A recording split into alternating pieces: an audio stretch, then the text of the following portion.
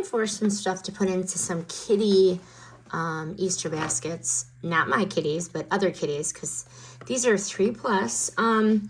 And I came across these. It's a little more exciting than candy. Not that candy's not great, but just some filler stuff. But I have these pop tubes. There's 4 in a pack.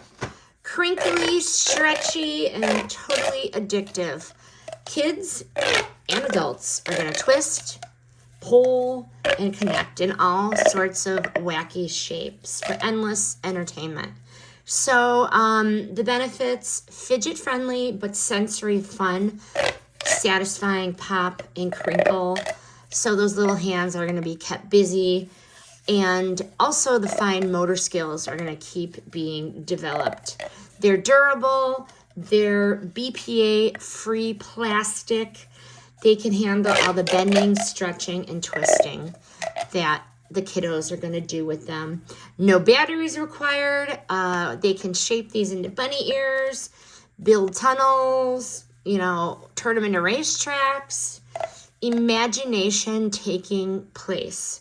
Perfect, like I said, for baskets, for the holiday, road trips, or just a little quiet time, a distraction. And hey, you know what?